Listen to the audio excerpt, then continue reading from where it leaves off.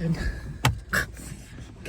I'm so excited. I've had a Red Bull and I'm literally, I'm going to go straight in with the very first thing that I came up with. Welcome. I'm convinced this might already exist, but R-rated love hearts. So, the little messages like, kiss me, hug me. And I'm not saying like... Fuck me! No, I'm not saying like straight up peg me or anything, but like... Sex? Question mark? Care to court? Do you know what I'd do? I'd get a packet of them and just like frisbee them across a bar. Yeah, exactly. I mean, Whoever it lands on. You could call them like lust hearts, and then you could have like little, they could all be like red, and then it can just be like, you could have some that say no, so you'd be like, care to court? Not today. It's like those dice. Like the like sex dice. Yeah, like that. And you can have like different packs, so you can have like a really raunchy pack, and then you can have like a little soft kissy missionary sex pack. It's like, this is like love heart. I get it. I just don't know how much you could fit on one. I think it would have to be like, it would have to literally be like sex question mark. Yeah. Oh, you know they have the emojis one. You could do like positions. It's like a little doggy or something. Yeah. Or just literally a dog, and everyone's like, what? Oh. Oh. I just thought it would be really entertaining. Yeah, because then it would just be like random. Imagine if you're on like a little first date and someone whips out and like, what do you want, a love heart? And they're like, oh, thanks. And then you just get one that says like, want to tie you up. Yeah. You got any rope? Or like, I'll get the cuffs. But yeah, I'm sure they probably already exist, but I just really thought it was kind of cool. I don't think they do. Not that I would know. But You're like, I got some stashed in my locker. I'm like, hey, hang on. Okay. My next thing, you know the like age-old debate of cat versus dog? Someone made a very good point to me the other day. You could have like a huge dog. You can own a huge dog, but you can't own a huge cat. A Mancoon. But like, I'm talking like, you know how you can have like a Great Dane? Yeah. Or like ginormous dogs. And it's fine. Yeah. You couldn't be like cutting about with a lion in your house. People do. But like on a regular basis. Like a domesticated animal. I don't know whether that makes a cat better or worse, but to me it makes it better. I don't know. I think that like having a big dog is like having like a Saint Bernard. I just think that's so lovely. Saint Bernard at the top of the table. I don't know. And at your driveway. But yeah, like. But if you wanted to, you could have the best of both worlds, because if you Crossbreeding? No. Close. No. Don't mention that bestiality to me. Wait, what? Nothing. Put it on the love heart. Bestiality. Give it to your dog. Oh. No, when you have like really big dogs, but they were raised like you've got like 4 cats first, and the puppy ends up like acting like a cat. Well, it's like when we say, oh, like that man was definitely written by a woman. Yeah. They're all like, that dog was definitely written by a cat. Absolutely. It's kind of cute. And also, on the opposite way, my dad used to have a cat that was called, I can't remember. Tinky. Close. No, I can't remember what it was called. But it was literally a cat that was like a dog. Like my dad could like call out the window, like he would whistle it, and it would come like flying across the street and like up into the window, and then it would like come and sit on his shoulder, and it would like follow him like to the shops and stuff. Like this cat was basically a dog. I feel like the ultimate combo is like dog cat and cat dog. Like the ones that are sewn together. Sewn? You know that cartoon? No, I mean like a cat that was raised by a dog and a dog that was raised by a cat.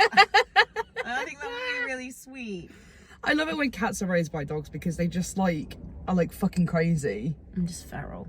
I love it. I think if I ever had a cat, I would have to get a tuxedo cat. How is Or that?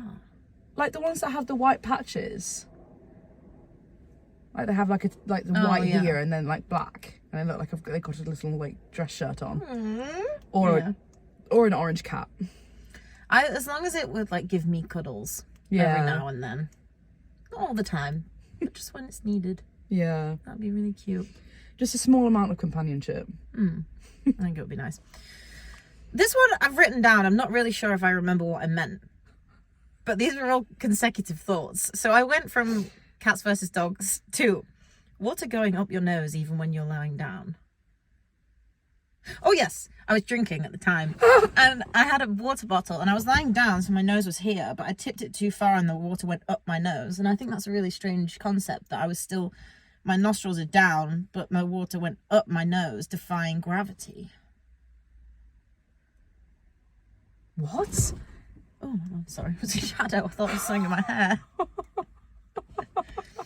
Like if you have a water bottle and you drink it, if you pour it too much, it goes up your nose. And I just think that's really weird. Like out the back and over. No, like up your nostrils. How big is this bottle? It was like a big avion. Of what? Big avion. What, like you were like that and it went in through your nose? It was like, I was drinking it like this and I had my chin like here and I was drinking. Then it came out the top and it went up my nostrils. Oh, I see. And I thought that was really weird. That is very strange. Yeah. And when you like swim in the ocean, if you don't plunge yourself in too quickly, there's water in your nose, but it doesn't hurt. But if you jump in quickly and it goes up quickly, it does hurt. So I think nostrils are like a little interest of mine now. I think nostrils are very sensitive little things, actually. Because, like, they feel a lot. Only just today, I was bent over and my nose was running. Just thinking about other parts. And my nose was running. And it felt like I had water going up, but it was coming out. It was really weird. That's what I mean. That's another thought. Why, when you're blowing your nose, does it feel like there's an endless stream of snot? I don't know, where did it come from? And I feel like maybe because I'm blowing, but it's not actually coming out. But I always feel like there's just so much in there, but it's not actually that big. I don't understand where snot actually comes from. Well, it comes up from your lungs, mucus. Well, how does it end up in your nose? Because you cough and like, and it all like comes up. I don't think I've ever done that in my life. Like, you know when you wake up with a blocked nose? Where does that... And it's probably all your little like... Feely bits. You know how you like get cystic fibrosis and all your feely bits go together? But anyway, it just feels like there's an endless stream of snot. Ability to resist scratching a scab is a test of character, and I think we should replace personality tests with it. And I think there should be an experiment done where everybody gets a scab on their knee, and you see how different people react to the scab and how long it takes them to finally like give in to the need to scratch it. What do you think that people are stronger if they don't? Not necessarily stronger, but like I'm very impatient, and I have scratched many a scab instantly when it's just healed, and I just think it's a good test of character. Yeah. I don't have much willpower. Yeah. I think it would be a good personality test. I won't lie. I've done that to myself. What's tested how long you can go without scratching it? I've got an itch before and I've been like, how long can I go? And it just goes away. I always give in. I'm quite... I can be quite strong-willed if I want to be. I don't deploy it very often though. Keep that tucked in there. Yeah, I don't deploy it for anything that I actually like want or need it for. I just test it out on itches. I just think it's really cool. Like, you have good willpower. I'm just like... I like the word scritch. Scratchy scratch. You scritch a scratch. No, I'm getting itchy. I shaved the back of my legs the other day and they're very, very itchy. And I don't really know what to do about it. Moisturise. Have you done that? No. Okay. Moisturise. I haven't done everything and I also dry shaved, so... That's probably why. Yeah. My next thing is a very brief statement, which won't lead to much discussion. Why doesn't clothes washing powder just come with a little cardboard scoop? You know the big boxes of like Daz or whatever, or Fairy, and then you have to tip them, or you have to get like a little glass to like scoop the powder out. Yeah. Why doesn't it just come with a little like cardboard? I saw a cardboard spoon the other day, and I just think like it just would help. It's like the ones that you get at Wasabi. Those would work. Something like that, yeah. Like as long as it was biodegradable. Yeah. I just think it's just a little minor thing. Because sometimes washing powder isn't easy to put in the machine. I feel like they used to come with one. And then with the whole thing about like no plastic, they got rid of them. You could even just have like a little corner of the box you tear off. Like on the lid. Clever. Just tear it off and scoop it. Yeah. Just get a big spoon or a ladle. This, I think I was just hungry. I said, I always have enough space for prawns.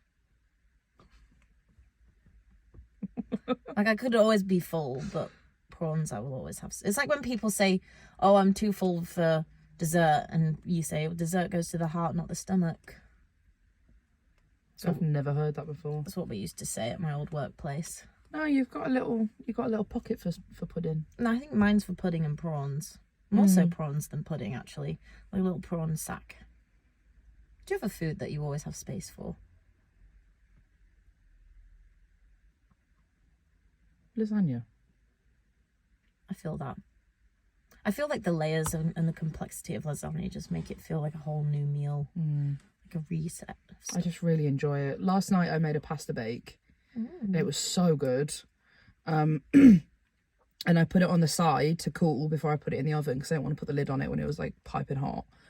So I put it on the side, and then about an hour later I went back down with my plate, like cleaned my plate up, did all of that, put everything away. I always like to walk out of my kitchen and I look back and I say, doesn't even look like I was here. And that's my way to clean. But then I stood there with a fork and ate about another half of it after I'd already had a meal of it. I'm hung up. Did you mean the fridge? Sorry? You said you took it out to cool down before you put it back in the oven. Did you mean the fridge? No, I meant the fridge. Okay, good. Did I say the oven? Yeah, and the whole time I was really caught up on the fact that you said it, and I was trying to think about the fact that you took it out after you cooked it, let it cool down to reheat it, but you could have just reheated it right then. And I was just really overwhelmed by that thought. I did glance at you and I was like, am I saying something weird? No. I like that though. I always do that. Yeah, I went back and I just kind of went into like a trance. Like I didn't have my phone with me or anything. I left my phone upstairs and I kind of like looked down and I was like, oh my God, I've eaten like so much, but it was so good. Pasta bakes, I think, are designed that way though. Yeah. You have to just keep eating. It's just like, you can just, especially when you're eating it out of the pot, right, out of the Pyrex that you make it in, because you can get a full fork of like cheese, pasta, sauce, any other condiments that may be in it. And the corner bits. Oh, the corner bits are the best bits. I'm gonna have a pasta bake when I go home. I'm so excited. So I'm really, it's basically just like pasta with cheese. That's okay. It still counts as a pasta bake. Yeah. It's so good. It is really good. I can't meal prep though, because of stuff like that. Yeah. I'll eat it all. Yeah. In minimum, like 30 hours. I don't know how to make food for a single person. I don't know how to do that. I can, but then I always like regret it. I'm like, oh, I could have like done with a little bit more than that. Yeah. Every single time I've lived on my own for 6-7 years, right, in various times. I have never in my life been able to make one portion of pasta, one portion of anything. Everything has to be cooked at once. Otherwise it goes off. Oh yeah, no, I can't. I don't do food shops because it would be a waste. Yeah. Like I would prefer, and I know it's more expensive, but I prefer to buy what I want in that moment and eat it, rather than like whenever I have tried to meal prep, I'll get to like the second day, I'm like, oh, Yeah. I don't want that again. I'm all right with it because it's basically just a rotation of the food that I always eat anyway. But I cannot make a single meal, so I actually have to, like, I have a Pyrex that is like this big, and when I make my fried rice, it's full every single time, and I don't mean to do that. It just happens. Yeah. It's like I have like a magic gift that it just doubles everything I make. Yeah. I know of people, Lewis, cannot cook rice in less than like 6-person portions. Yeah. And then he eats it all over the course of the week. But even if he doesn't want to, Yeah. it just happens. Like the whole pan is full, and he didn't even pour out that much. Yeah. It's like they multiply. They do. Yeah. They do. It's a mystery. Like socks go missing in the washing machine, and carbohydrates double when you cook them. Yeah. And when you eat pasta, it's like it's never disappearing. I remember always thinking that no matter how quickly I eat pasta, it takes ages for me to notice that I've made a difference, and all of a sudden it's gone. Yeah. And it's like kale that like just disappears. Spinach. That's it. Yeah. Popeye must have been eating a fuck ton of that to even like make a dent. Spinach just fucks me off. Yeah. It pisses me off. I don't think I've ever eaten spinach. It's like, oh, I'm healthy. Eat loads of me. But you're going to have to eat like 4 bags because I'm just going to disintegrate in the pan. Fuck you. If you're going to be healthy, give me the portion size that I'm expecting when I cook you. Yeah. TikTok live beef is like the modern day medieval dueling, or like tomato throwing in the stocks. When people go on TikTok live and they just beef each other. What, like on the same thing? Yeah. And they're just like there and there, and people are commenting, and they're just arguing with each other over completely nothing. Yeah. That to me just makes me think of being in like a town square and watching people like duel each other. Yeah. And you just get to throw shit at them. Or it's like in like the early 2000s when there would be like Twitter beef.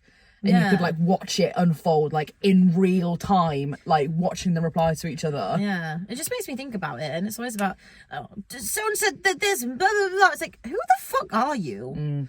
Like, you're not even a celebrity, you're just beefing. And like, I sometimes see these videos and it's like, who's a slut? And then you swipe and it's this random girl from their school and it's got one like. I'm like, bro, I don't know who this is. Why do you think anyone's gonna give a shit? Yeah. But then the crazy thing is that girl would be like she's like, oh my god, everyone's seen it. Yeah. And I'm like, who are you? Yeah, literally. I saw it, but I don't know who you are. And then my final thought of my processes, which I came up with earlier, and I'm glad I remembered. Do you think it's better or worse for singers, actors, actresses, film producers, people that create like musical film? Do you think it's better for them now that they get instant reviews like that through social media? Because in ye old day, they would have had to sit and wait for like the newspapers to come out to get a little review. Whereas now it's like, oh my God, it was amazing. And no, you could have done this better. This was really bad. I think that like if I was ever famous and my first movie came out, I would like put my phone away. And then I would ask like my assistant, if I were to be lucky enough to have one, or like a friend, to print out the Twitter reviews like a newspaper. so I could sit and read it. That's really and I could cute. wait for it to be delivered to me. I think that's really sweet. I think that I think in the olden days, you were more able to form your own opinion because you had to wait. Yeah. And I think, I think is it Black Mirror where they did that whole thing where it was interactive and you got to choose the ending and stuff? Yeah. I think that happens with series.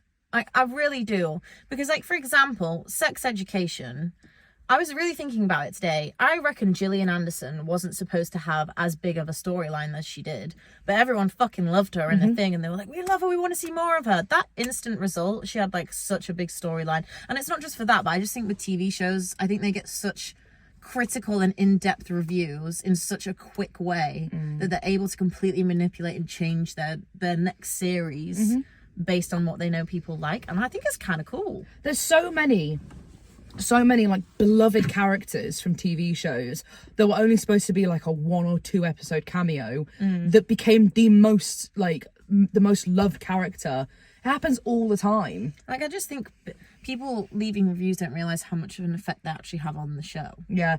Well, it's like they completely reanimated Sonic. Yeah. Because of online reviews from like one 10-second trailer. Yeah, that is crazy. And they completely reanimated the entire film.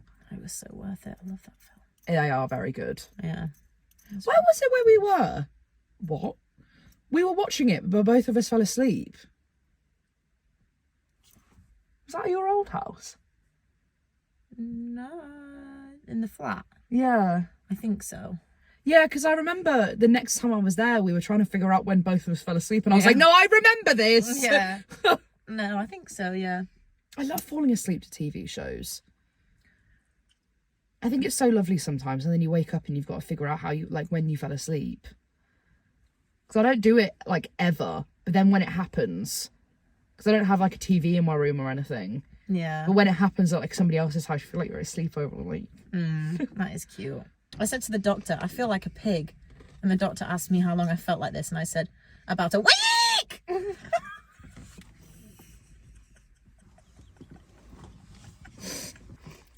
Bye!